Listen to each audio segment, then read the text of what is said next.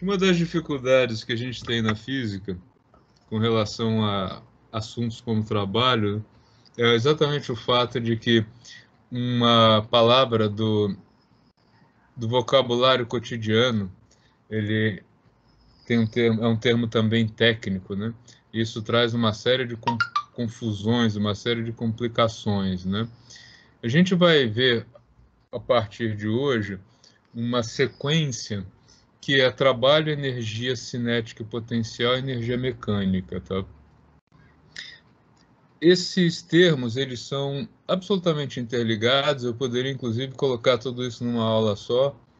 Eu acabei optando por dividir em duas, às vezes três aulas, meramente por questão didática, mas faz muito mais sentido o tratamento que a gente deve dar para trabalho e energia depois que vocês verem isso finalizado. Tá? Essa figura aqui de uma hidrelétrica, ele exemplifica qual é a relação que existe entre trabalho, energia cinética e energia potencial. Eu acho que todo mundo já deve ter pelo menos visto imagens de uma hidrelétrica do tipo mais tradicional, como essa aqui. E o que caracteriza uma hidrelétrica é a presa, né, pelo menos esse tipo tradicional, que, como o próprio nome já diz, represa a água a uma altura significativamente mais alta que o curso normal do rio. Tá? Por que que isso é feito?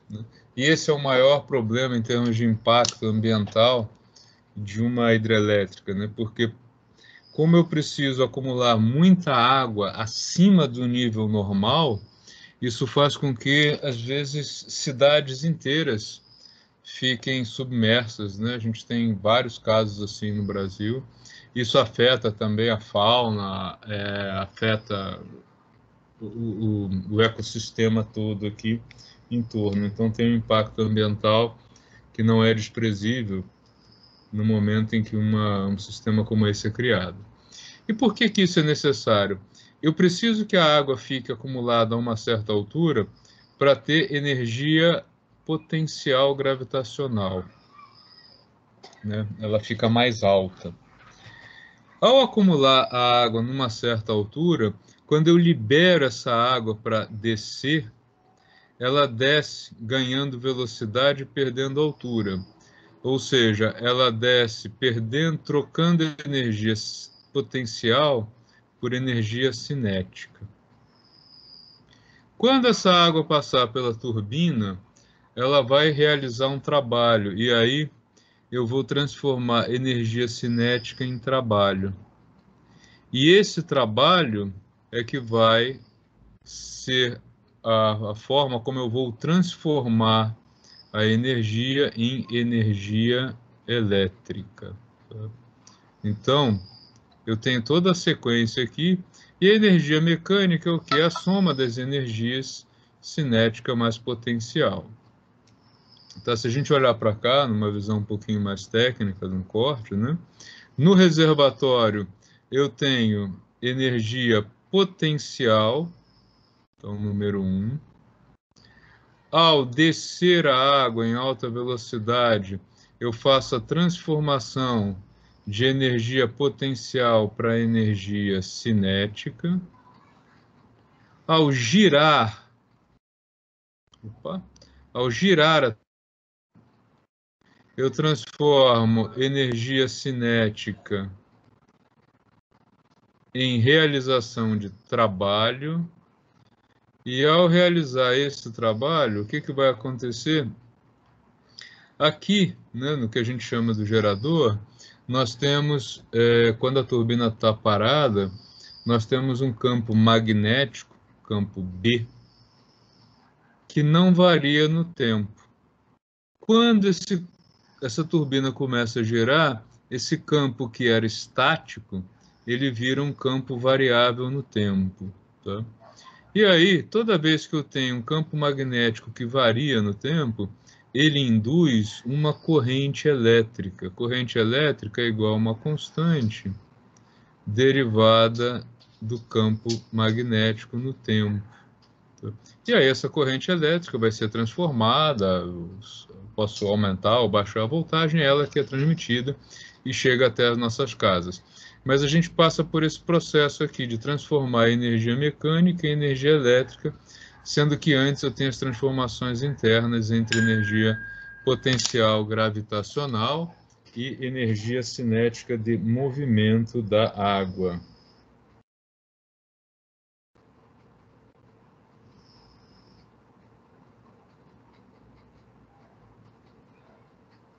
Ok?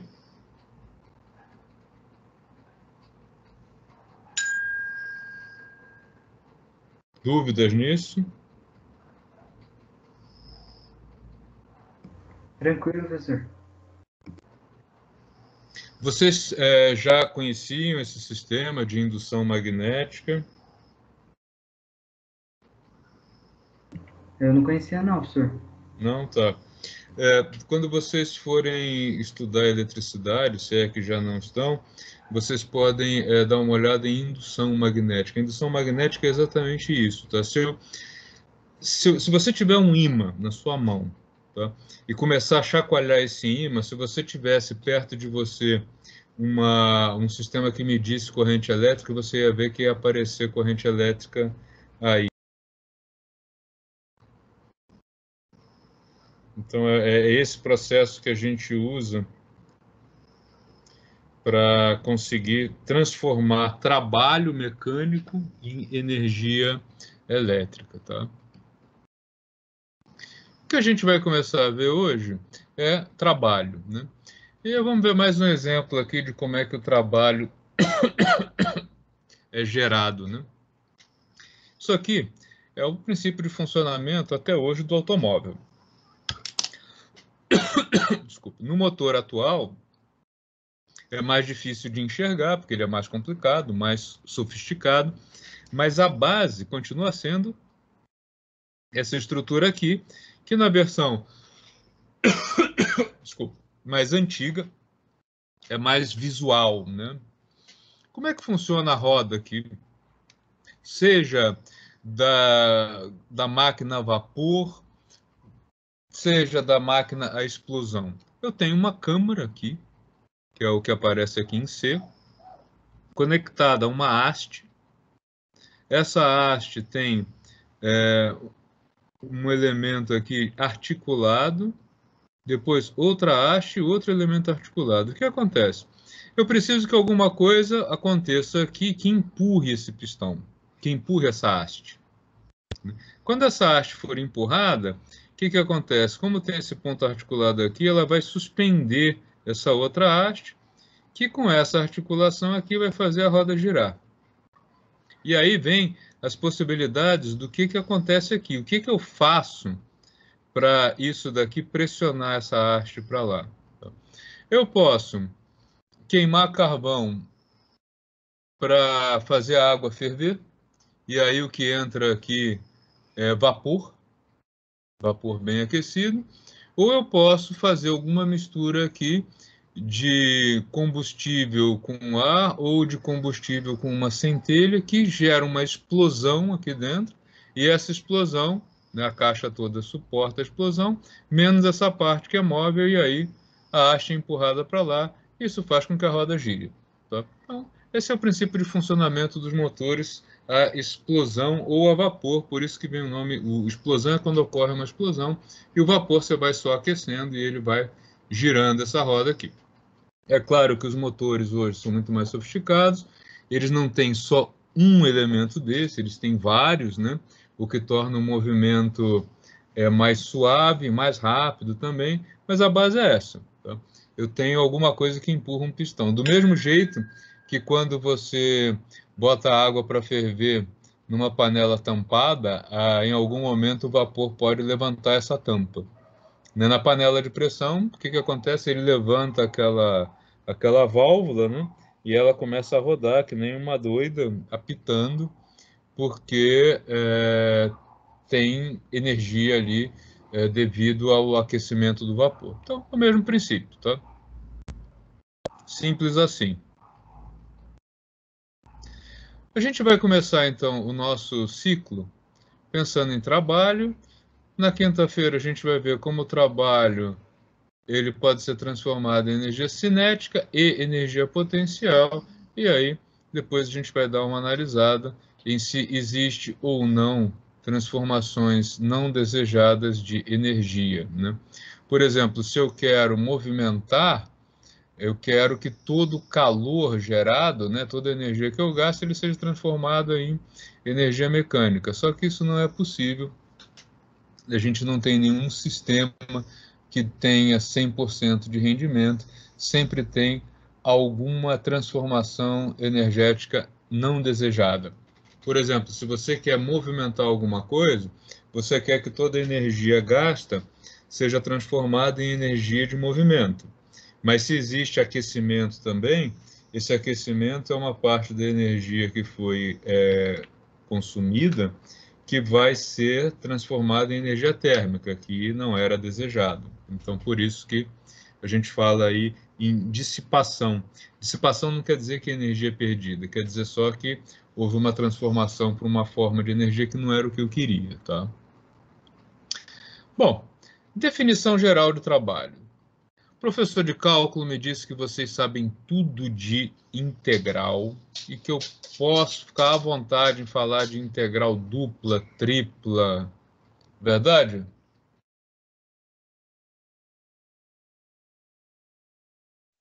Isso é uma mentira, hein? Não chegou nem derivada ainda. Nem integral, o que é isso, professor? Integral é isso aqui, ó. Tá ela aqui. Tá. Legal. Não, mas não tem. O cara falou que vocês podem porque pode. Vamos lá. Brincadeira, gente. Olha só. A definição geral de trabalho, trabalho a gente vai usar a letra W para não confundir nem com temperatura, nem com tensão, tá? Trabalho, ele é definido por uma integral. Isso é verdade, não é brincadeira, né? Então, o trabalho de uma força para deslocar um objeto de um ponto A até um ponto B, ele é definido assim: integratória, que é um tipo de integral que vocês não vão ver na graduação, do produto escalar entre os vetores força e deslocamento. Produto escalar é módulo do primeiro vetor, módulo do segundo, cosseno do ângulo entre os dois. Tá? Então, essa é a definição geral.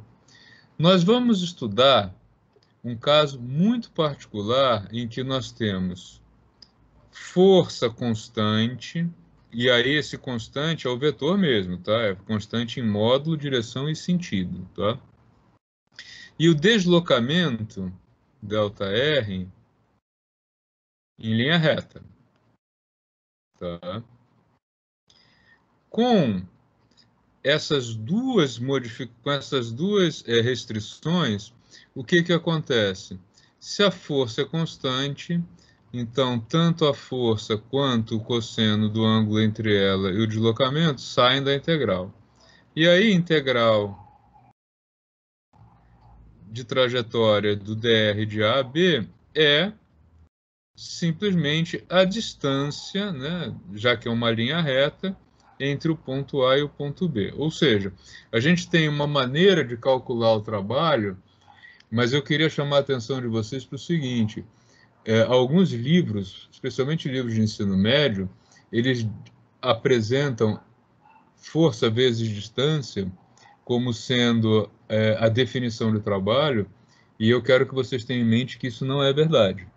Isso é verdade para um caso muito particular de força constante em módulo direção e sentido e deslocamento em linha reta. Saiu disso daqui, você tem que resolver a integral, e na maioria dos casos práticos onde isso é necessário, utiliza-se algum método como elementos finitos ou cálculo algébrico para fazer isso, tá?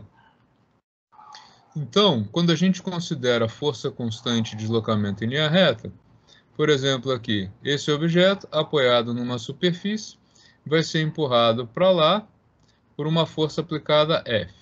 Se o deslocamento ocorre numa linha reta, o ângulo entre o deslocamento e a força aqui, né, o deslocamento é para cá, é igual a zero.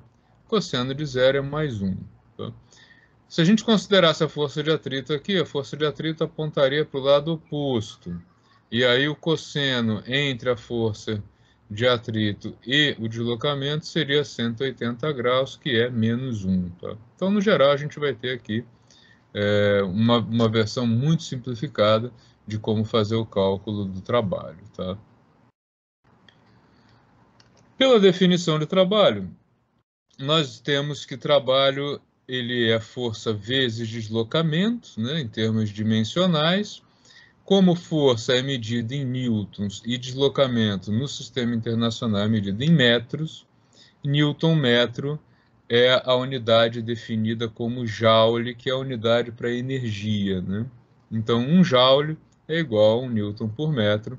Joule com J maiúsculo, porque joule é o nome de uma pessoa. Nesse caso em especial, uma bela homenagem a um cervejeiro escocês que usou a relação entre trabalho e energia para uma atividade muito nobre que foi a automação da produção de cerveja. Então vocês vejam que isso é uma coisa bastante útil.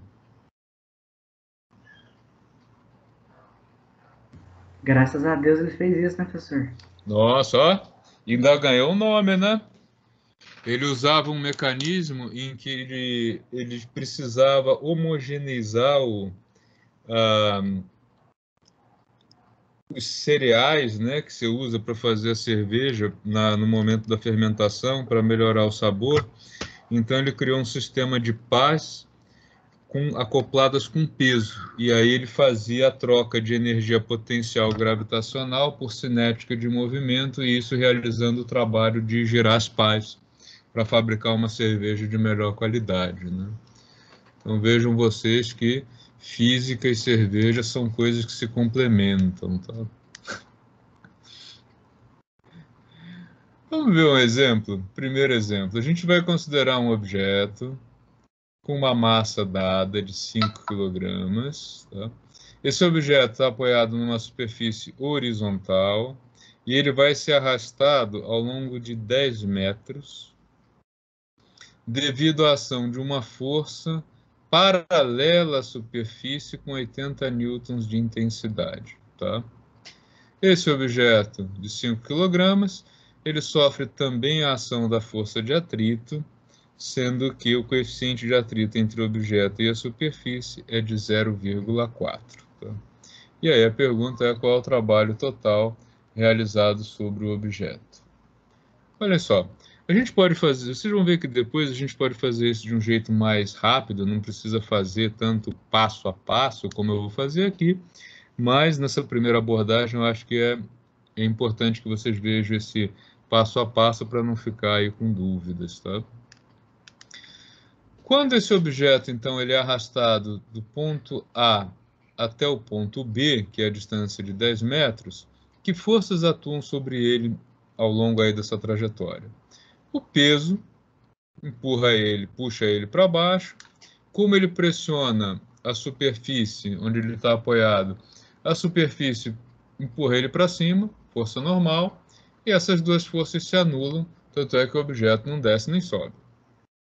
Daí vem essa força, que é a força aplicada, paralela à superfície, tá? Para a gente não complicar muito, e começa a empurrar o objeto.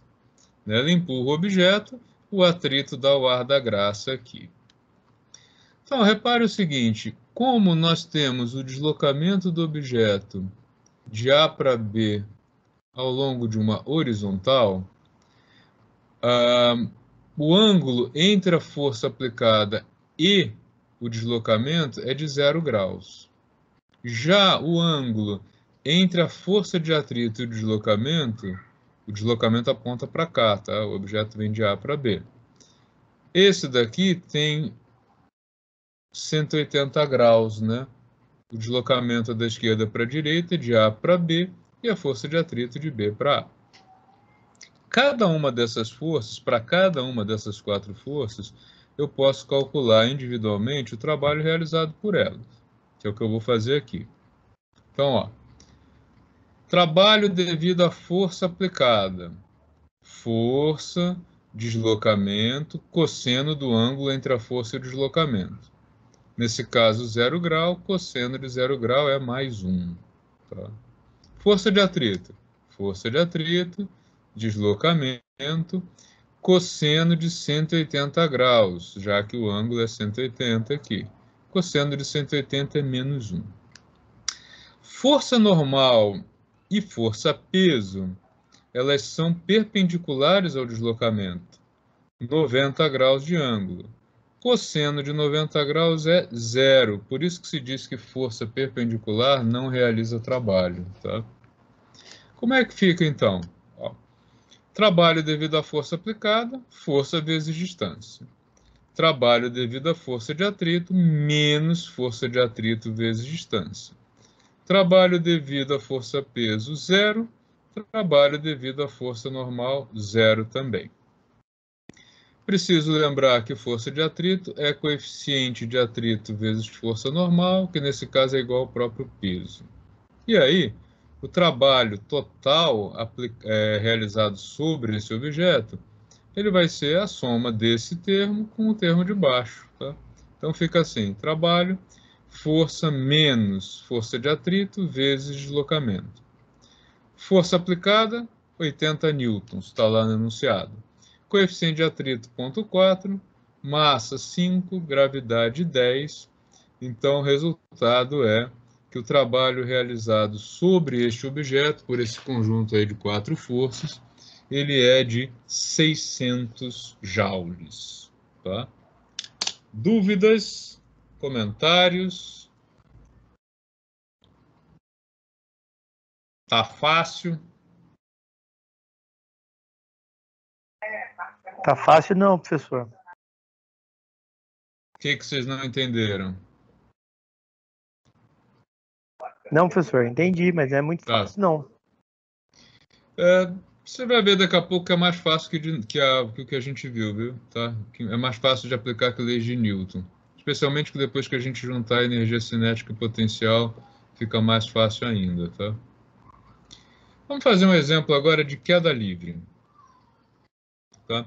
A gente vai considerar um objeto de 2 kg que vai ser abandonado a partir do repouso, então velocidade inicial 0, lado alto de alguma coisa, 45 metros. Ele vai cair em 3 segundos. Esses 3 segundos é só para mostrar que as forças de atrito aí são desprezíveis. Tá? A diferença entre a queda do objeto é tão pequena que a gente pode dizer que o atrito não precisa ser considerado. Pergunta-se qual o trabalho realizado no deslocamento. Então, nesse caso, a única força que atua quando eu desprezo o atrito é a força-peso. O objeto vai se deslocar na linha reta vertical de cima para baixo. Então, ó, trabalho é igual a força vezes distância vezes cosseno do ângulo entre a força e o deslocamento. Nesse caso, 0 graus, né? Porque são paralelos. Cosseno de 0 mais 1. Então, o trabalho é peso, massa vezes gravidade, deslocamento vezes 1. Neste caso, 2 kg, gravidade 10, deslocamento 45. Temos, então, um trabalho de 900 joules realizado pela força-peso sobre esse objeto. Tá? Mais fácil esse? Eu achei que esse foi mais de boa, senhor. Esse aí não tem atrito, né? No oposto, tá? Quando a gente joga o objeto para cima, eu estou fazendo aqui com o mesmo objeto e para ele chegar na mesma distância, né, lançando um objeto com o mesmo objeto, com 2 kg, só que agora ele vai ser lançado para cima com 30 metros por segundo, né, vai atingir a altura máxima da trajetória em 3 segundos, e a gente já sabe que isso significa aí atingir 45 metros de altura, tá? Como é que fica o trabalho realizado nesse caso, tá? Aí eu coloquei do lado esquerdo só o cálculo para recordar como é que a gente pode chegar em 45 metros de altura, né? Mas daqui a pouquinho a gente vai ver que com energia potencial é mais fácil ainda calcular isso. O que que muda agora desse processo de subida, tá, para o processo de queda? Muda o seguinte, ó. A força-peso atua para baixo, ela sempre puxa o objeto para baixo, mas o objeto está se deslocando para cima. Então, ela está contra o deslocamento, 180 graus de ângulo, né, como está destacado aqui. Ó. O peso é sempre para baixo e a subida do objeto para cima. Está subindo, né? Subir para cima é uma coisa feia de se dizer. Está subindo. Então, trabalho. Força, peso, deslocamento D, só que agora cosseno de 180 graus, que é menos 1. Então, o trabalho é menos peso, massa, gravidade, vezes deslocamento. É o mesmo objeto. Massa, gravidade, deslocamento, menos 900 joules. Tá? Se a gente pensa em subida mais descida, na subida o trabalho realizado é de menos 900 joules, na descida de mais 900 joules, e a soma é o quê? Zero, né? Então, se o objeto é lançado, ele sobe, para, depois ele cai, no final ele tem aí trabalho total zero. Tá? O que eu quero que vocês façam agora, que vocês deem uma olhada muito atenciosa na atividade de hoje, que eu deixei lá. São agora 19h08, são só 2 exercícios. Eu vou resolver esses exercícios daqui a 20 minutos. Tá? Então, 7h30 eu começo a resolver com vocês. Eu queria que vocês tentassem aí, pelo menos o primeiro, com bastante afinco para entender o que eu vou fazer na sequência. Tá ok? Então, mãos à obra, já está lá disponível para vocês. Enquanto vocês tentam fazer o exercício, eu vou fazendo a chamada de vocês, mas posso responder a qualquer pergunta, qualquer dúvida. Beleza, professor.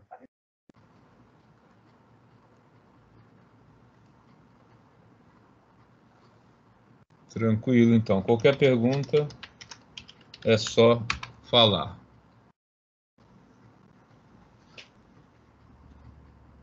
Professor, Opa! eu posso tirar uma dúvida dos exercícios que nós entregamos ontem, rapidinho? Pode. A diferença do exercício 1 para o exercício 2, que foram os dois de plano inclinado, a massa 1 subia, outro a massa 1 descia, correto? Sim, isso.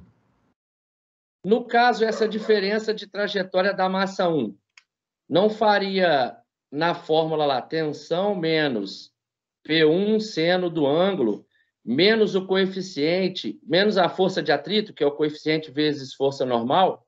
Nos dois, um não seria menos, o outro mais, pela diferença da trajetória? Sim.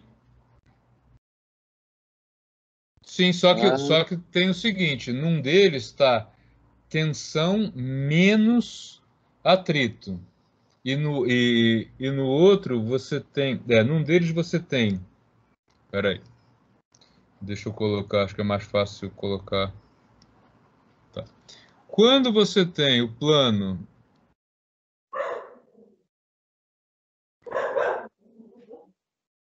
inclinado, os dois objetos, o desenho ficou horrível, ok, tudo bem, mas isso não é um problema. Tá? Olha só, essa daqui é a 1 e essa daqui é a 2. Não, é o contrário, né? A massa 1 é apoiada e a massa 2 é que está pendurada. Tá? Em verde, M2 descendo e M1 subindo. Tá? O que vai acontecer nesse caso? Nós vamos ter P2 menos tensão para a massa pendurada igual a M2 vezes aceleração. E aqui nós vamos ter na massa 1 tensão menos M1G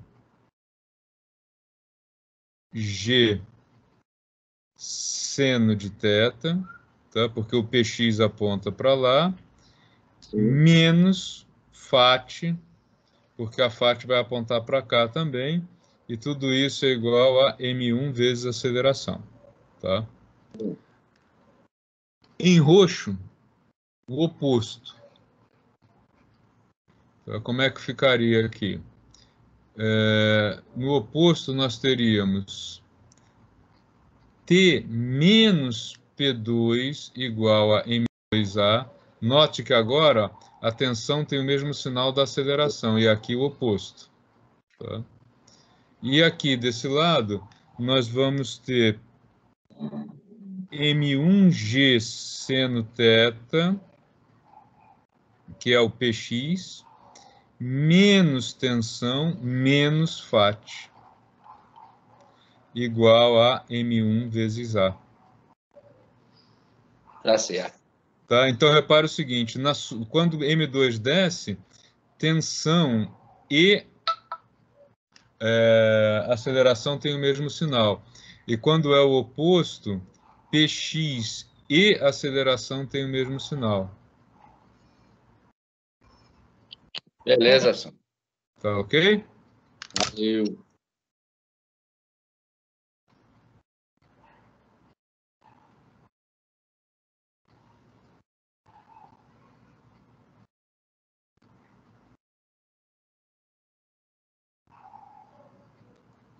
Lá no canal do YouTube tem vídeo com as soluções, tá?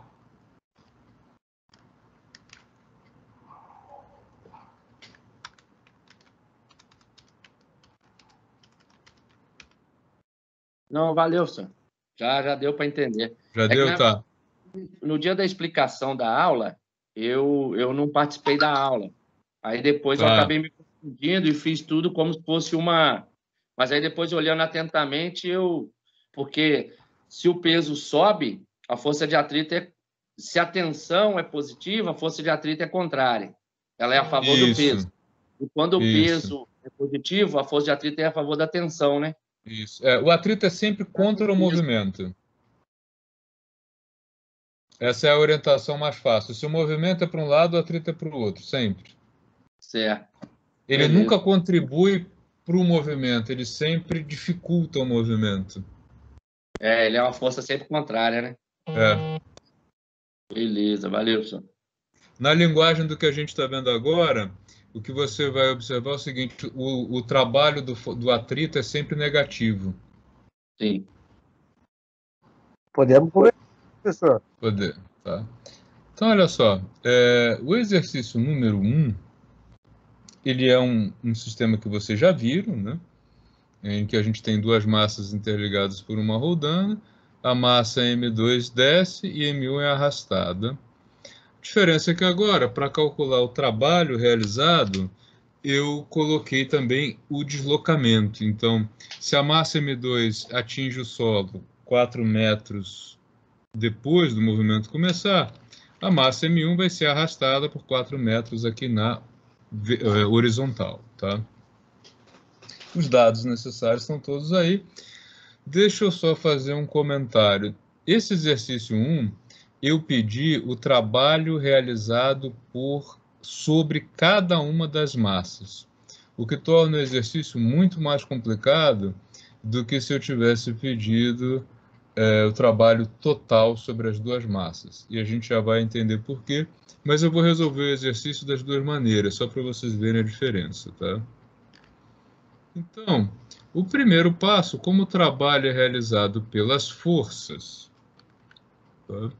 O primeiro passo é, assim como lá na lei de Newton, identificar as forças que atuam no sistema. Então, por que M2 desce? M2 vai descer porque ela é puxada para baixo pela força-peso, P2, e ela é freada, né? Ela não cai com aceleração igual à gravitacional por conta da tensão T2. A massa M1 é puxada também para baixo pela Terra, P1, Como ela pressiona a bancada empurra ela para cima, força normal. Ela vai ser arrastada da esquerda para a direita devido à ação de uma força exercida pelo cabo. E como ela vai ser arrastada, o atrito dá o ar da graça e se opõe a esse movimento. Então estão aí as forças que vão realizar o movimento. A trajetória da massa 2, ela é vertical e aponta para baixo. Isso significa que o ângulo entre P2 e o deslocamento é zero, mas o ângulo entre T2 e o deslocamento é de 180 graus. Tá? Já a massa M1, que está apoiada na bancada, ela vai ser deslocada ao longo de uma linha horizontal e da esquerda para a direita. Então, T1 é paralela ao deslocamento, ângulo zero. Força de atrito é oposta, 180 graus. E tanto a força normal quanto a força peso formam 90 graus. A gente já viu que quem é perpendicular não realiza trabalho. Tá? Professor, eu ia perguntar isso aquela hora. Se embaixo é 180, em cima não teria que ser também? Não, olha só. O deslocamento dessa massa é horizontal. Ela sai desse ponto e vem até esse ponto, por exemplo, tá? Então, a tensão, ela aponta na mesma direção e sentido, ela é paralela, então 0 graus. A força de atrito é que se opõe, então 180. Já o deslocamento da massa que está pendurada, esse é vertical e para baixo. Então, o P2 tem a mesma direção e sentido, e o T2 é que forma 180 graus com ela. Entendeu agora? Mais ou menos, professor. Vamos, depois eu assisto de novo e pego Qual é a a dúvida? explicação. Não, fala agora, qual é a dúvida? Não, na verdade, eu só perguntei se não tinha que ser 180 os dois. Ó, a Mas depois... definição de trabalho, tá? Trabalho realizado por uma força, F, vai ser igual ao módulo da força, ao deslocamento e ao cosseno do ângulo entre a força e o deslocamento. Tá? Então, o deslocamento ele ocorre aqui, da esquerda para a direita. T1 é paralela a ele, 0 grau. Força de atrito tem oposição de fase, 180.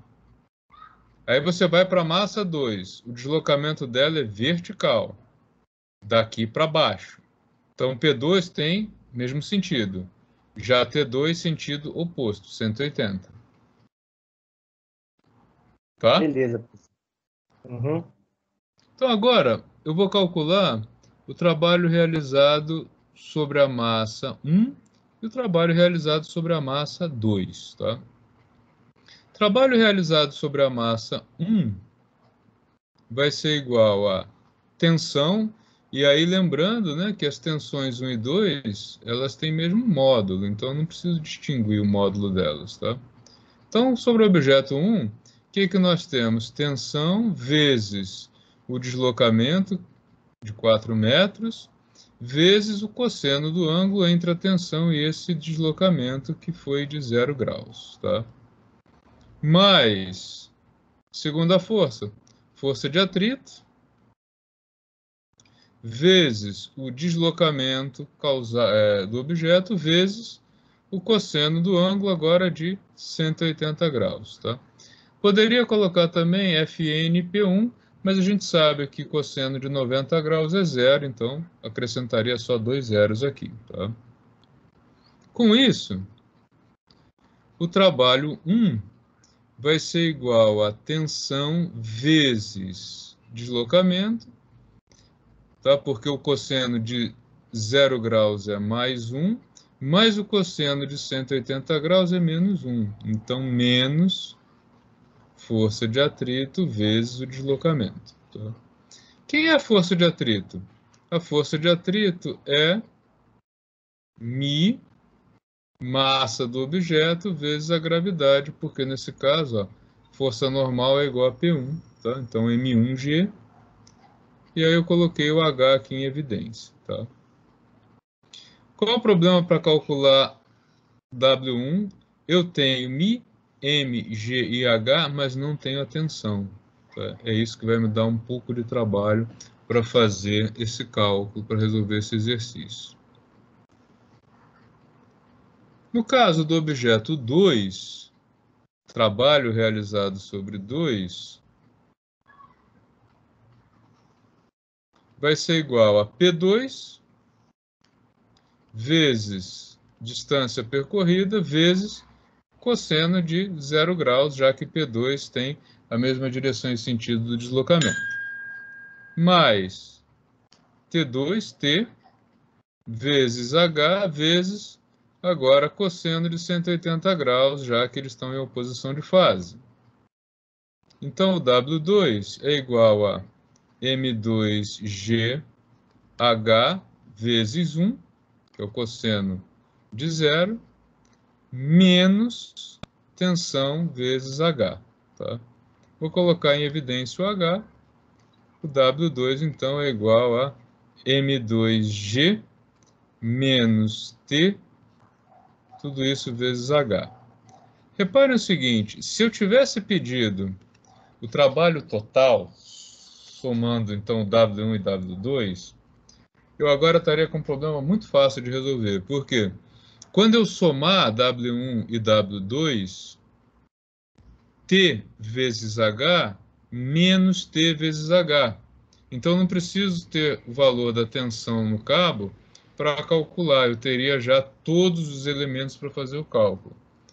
Só que no exercício foi pedido o trabalho realizado sobre cada uma das massas. Então, eu preciso... Logo, eu vou precisar calcular a tensão.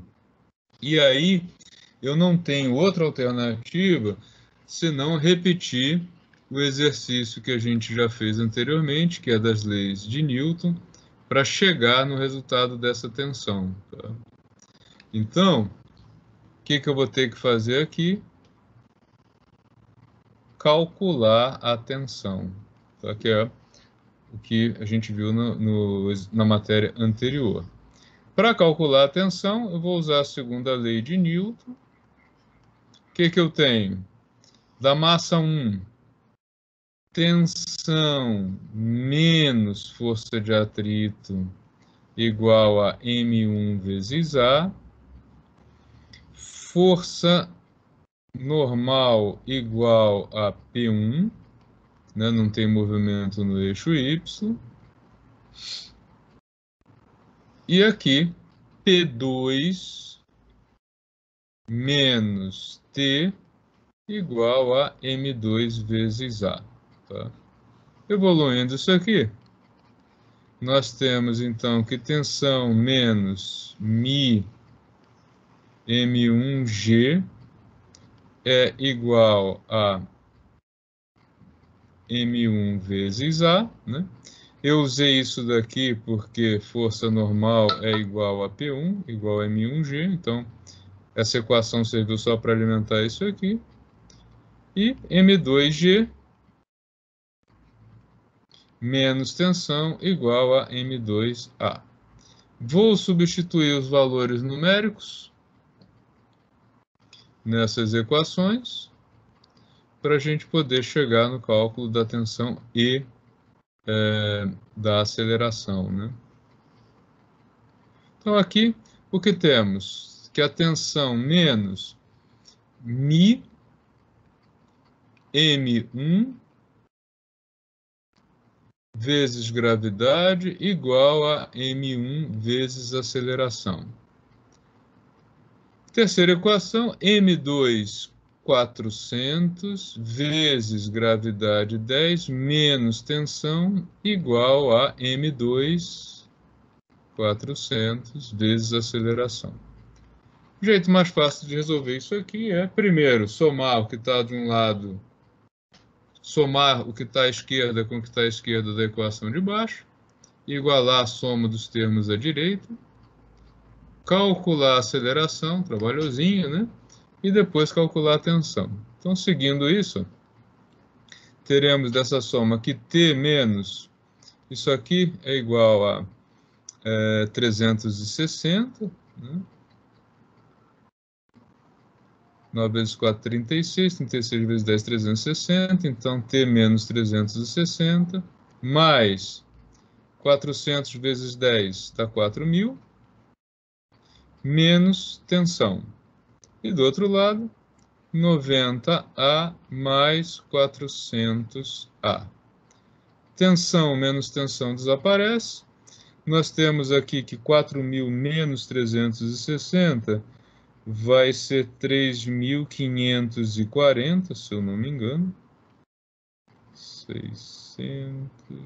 640, né? Desculpa. 3.640, 4.000 menos 360, igual a 400 mais 90, 490A.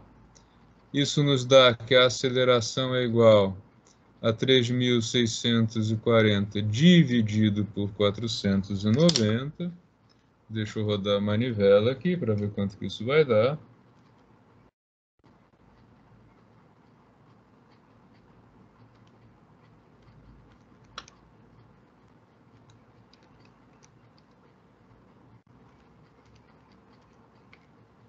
Isso dá uma aceleração de aproximadamente 7,4 metros por segundo ao quadrado, tá?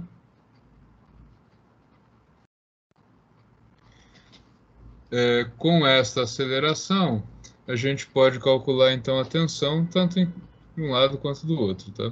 Se eu optar por vir aqui, o que eu vou ter, né? Optar por essa equação, o que nós temos aqui?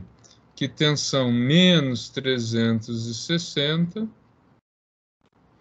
é igual a 90 vezes 7,4. Logo, a tensão vai ser igual a 90 vezes 7,4 mais 360. Então, 90 vezes 7,4 mais 360.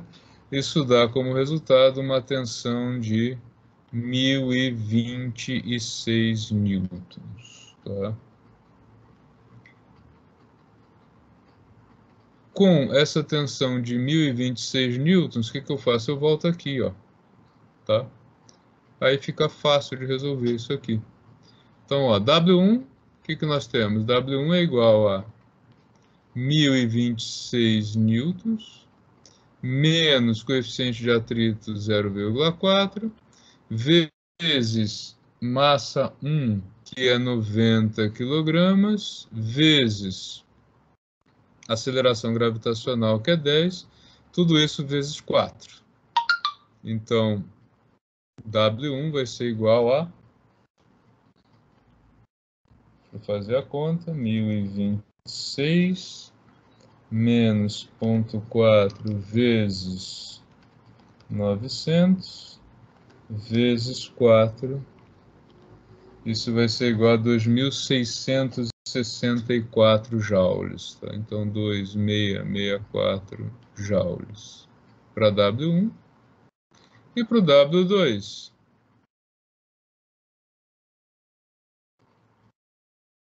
o que nós temos? M2G, perdão, né? 400 vezes 10, menos a tensão, que é de 1.026. Tudo isso vezes 4. Então, temos aqui 4.000 menos 1.026 vezes 4. Isso dá 11.896 joules. Tá? O trabalho total seria a soma desses dois, né, que daria, então, um WT, 11.896 mais 2.664, daria aí 14.560 joules, ou aproximadamente 14,6 quilojoules. Seria o trabalho realizado aí sobre esse sistema. Moleza? Caramba. Dá para entender, professor. Se treinar... Agora repare o seguinte, se eu tivesse pedido só o trabalho total, o exercício seria muito menor. Ele pararia praticamente aqui, tá? Por quê? Vou fazer em verde, se o enunciado fosse calcule o trabalho total. Eu iria pegar esses dois caras e iria dizer o seguinte, trabalho total, então, é o trabalho sobre 1 mais o trabalho sobre 2, tá? Trabalho total, então, é tensão vezes, vou separar aqui para ficar mais fácil de visualizar, tá? Tensão vezes distância, menos μ, M1, gravidade, vezes distância. E embaixo, mais M2G vezes distância, menos tensão vezes distância. Esses caras se anulam, tá vendo? Então o exercício morreria aqui, né? Nós teríamos aqui M2G menos μ, M1G vezes H, que daria esse resultado aqui, tá? Então seria bem curtinho se eu tivesse ou fornecido a tensão ou se eu tivesse pedido só o trabalho total.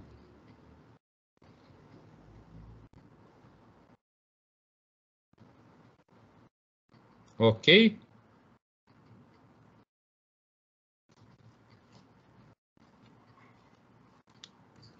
Ok, professor. Também, quando nós tivermos visto na próxima aula a energia potencial, esse cálculo da tensão ele não precisaria ser feito. A gente poderia fazer por uma relação que existe entre trabalho e energia cinética potencial, nesse caso, entre trabalho e energia potencial. Tá? Porque pense no seguinte, ó, o trabalho que é realizado sobre esses objetos, para deslocá-los de 4 metros, ele vai ser convertido em movimento, em cinética. E se a gente tem, então, uma possibilidade de calcular o quanto que eu tenho de energia potencial gravitacional no início, eu sei que essa energia potencial gravitacional vai estar relacionado com a energia cinética que ele vai ter, portanto, com o trabalho, tá? E aí fica um pouco mais fácil de fazer o cálculo. Por isso que eu disse que essa parte de trabalho e energia, ela fica mais fácil quando a gente fecha o ciclo de trabalho, energia cinética e energia potencial, tá? Eu vou fazer o seguinte, para vocês verem como é que ficaria, eu vou alterar o enunciado do exercício 2. Ao invés de pedir para calcular o trabalho realizado por sobre cada uma das massas, eu vou pedir apenas o trabalho realizado trabalho total, realizado sobre M1 e M2. Só para vocês perceberem a diferença, tá? Eu acho que assustou um pouco. O Rubinho até saiu, rapaz. Foi embora. Aí nada, professor. O pior é que eu começo a copiar um negócio, depois na hora que volta. Eu começo a copiar o exercício, professor, depois tem que voltar para a parte de cima, não tem espaço para fazer, mas na parte de cima o senhor precisa de a bagunça que fica aqui. Professor Rubinho tá chupando sorvete, certeza. Rubinho, não se preocupe, eu vou colocar tudo. Tá tudo sendo filmado, o tio vai colocar lá para você, viu? Pode chupar o sorvete à vontade. Tá. Não, professor, não tô. Eu tava copiando o exercício, daí na hora que chega na parte de baixo, depois tem que voltar para a parte de cima, não tem mais espaço. Fica a maior bagunça aqui no caderno. Esse aqui, então, eu vou fazer mais fácil, para você poder organizar aí. Não, Combinado? beleza. Depois eu assisto a aula de novo e faço direitinho. Tá bom, mas esse aqui, ó. Mas eu tô aqui sim. Tô aqui, mas eu tô morrendo de fome. Pô, mas pô, pode pegar um lanchinho aí, não tem problema. Não tem. Número professor. 2. Mas você tá o quê? No trabalho? Não, eu tô em casa, mas eu tenho que sair para comprar alguma coisa. Hoje não tem nada aqui. Xiii. Nesse daqui, lembrando que, apesar do enunciado estar dito que é para calcular o trabalho de cada uma das massas, eu estou alterando ele, dizendo que eu vou calcular só o trabalho total, tá? Então, coeficiente de atrito 0,3, massa 2, estou só passando para cá os dados, 180 quilogramas, tá? O ângulo de inclinação θ de 60 graus, ok? E o objeto, o sistema vai ter um deslocamento de 2 metros, tá? Então, ó, M2 é mais pesado, o que vai acontecer? M2 desce, M1 sobe o plano e a rodana vai girar assim, tá? E aqui agora, ó, trabalho total apenas, tá? Realizado sobre as duas massas. O que a gente precisa fazer inicialmente? Isso aí não muda, identificar as forças, tá? Então a massa M2 vai ser puxada para baixo pela Terra, P2, e vai ser puxada para cima pelo cabo T2. M1 é puxado para baixo pela Terra. E esta força, P1, vai ter duas componentes que a gente já viu. Uma delas é o P1x, que arrasta o objeto plano abaixo, e a outra pressiona o objeto contra o plano, que é P1y. Lembrando que o ângulo entre P1 e P1y é o mesmo do plano inclinado, tá? Consequência de pressionar o plano é que o plano empurra o objeto para cima, força normal, e como o objeto vai subir, né, o movimento é plano acima, a força de atrito vai dar o ar da graça, apontando aqui no mesmo sentido que P1x, tá? Vamos identificar as forças que atuam no sistema. Eu vou fazer esse exercício de um jeito diferente que eu fiz o outro, que vocês vão ver que vai ficar mais fácil, tá? E mais curtinho também. Quem é P1? Ou melhor, quem é P2? P2 é M2G. Então, 180 kg vezes 10 da gravidade. P2 é 1.800 newtons, tá? Quem é P1x? Aqui a gente tem P1x e P1y, tá? P1x é o P1, ou seja, 30 kg vezes 10 da gravidade, vezes, ó, ele não está do lado do ângulo, ele é o oposto, vezes o seno de 60 graus, tá? Seno de 60 graus é igual a raiz de 3 sobre 2, então isso aqui vai ser 300 vezes raiz de 3 sobre 2, logo P1x, 150 raiz de 3. Posso deixar assim ou posso fazer o cálculo, tanto faz. P1y, desculpa, ele está ao lado do ângulo, então vai ser o 30 vezes 10 vezes o cosseno de 60 graus, que é igual a 1/2. Então, isso aqui dá 300 vezes 1/2. Logo, o P1y é igual a 150 newtons. Tá? P1y e força normal são iguais, então força normal é igual a 150 newtons. Feito.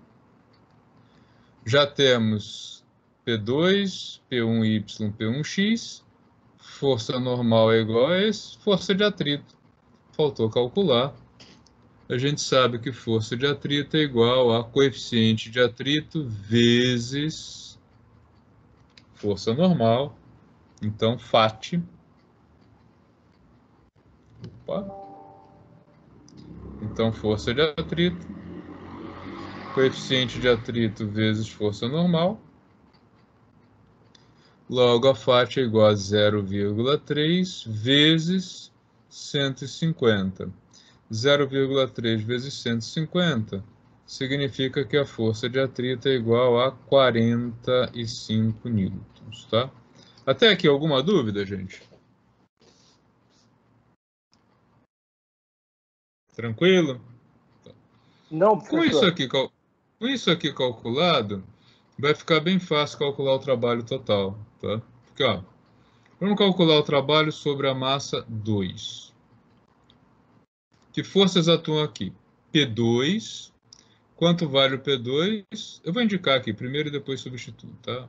P2 vezes a distância percorrida vezes P2 aponta na mesma direção e sentido que o deslocamento. Então, cosseno de 0 mais T2, T, vezes deslocamento vezes cosseno de 180 graus, porque ele aponta para cima e o objeto desce. W1 vai ser igual, ó,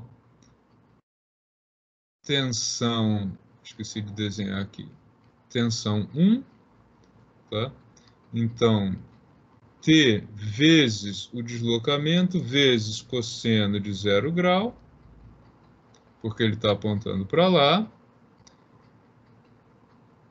mais P1x vezes o deslocamento vezes o cosseno de 180 graus, ele aponta para cá e o objeto sobe, mais força de atrito, vezes deslocamento, vezes também cosseno de 180 graus pelo mesmo motivo. Não preciso me preocupar com força normal e P1y, porque ambas são perpendiculares ao deslocamento, cosseno de 90 graus é zero, tá? Professor, essa parte de baixo aí é a continuação do W1? Isso. Continuação do W1, que aqui não coube, tá? Vou substituir agora os valores, tá? Então, ó, W2. P2. P2 está aqui. 1.800. A altura está aqui, 2 metros. Cosseno do ângulo é mais 1. Então, 1 só, tá? Aqui, 180 graus é menos 1. Então, menos. A tensão eu não sei quanto vale. A altura eu sei que é 2 metros, tá? W1. Cosseno de 0 é mais 1. Então, isso aqui vai ser tensão vezes deslocamento. Cosseno de 180 aqui e aqui. Então, os dois são negativos. Então, menos P1x. Tá o cabra aqui. 150 raiz de 3 vezes o deslocamento, 2 metros. Força de atrito. Tá ela aqui. Menos 45 vezes 2, tá? Reparem só, quando eu somar W1 e W2 agora, 2T e menos 2T. Então, eu não preciso calcular a tensão para obter a resposta do trabalho total. Opa, vou fazer isso aqui embaixo, tá? Ó, na hora que eu somar os dois, tá, o trabalho total, W1 mais W2, o que eu vou obter? 1.800 vezes 2, 3.600. Menos 2T. Mais 2T. Menos, aqui 150 vezes 2, 300 raiz de 3. 45 vezes 2, menos 60. Então, esses dois caras caem fora. Trabalho total vai ser igual a 3.600 menos 300 vezes a raiz de 3, estou fazendo isso direto na calculadora já, menos 1,90. Temos, então, o trabalho total de 2.990 aproximadamente, né, 0,4 joules, tá? Ou ainda poderia indicar aproximadamente 3 quilojoules, tá? Sem precisar fazer o cálculo da tensão. Tudo porque agora no enunciado do número 2, eu optei, né, por mudar e calcular apenas a tensão, o trabalho total, não mais W1 e W2. Tá? Então, a tarefa do dia de hoje são esses 2 exercícios, que vocês já vão ter aí, inclusive, o vídeo deles, né, na gravação da aula. O que eu quero que vocês façam é revisar isso e mandar para mim. Tá, pelo sistema, tá? Já vou, daqui a pouquinho, subir esse vídeo. Queria saber se vocês têm alguma dúvida a respeito.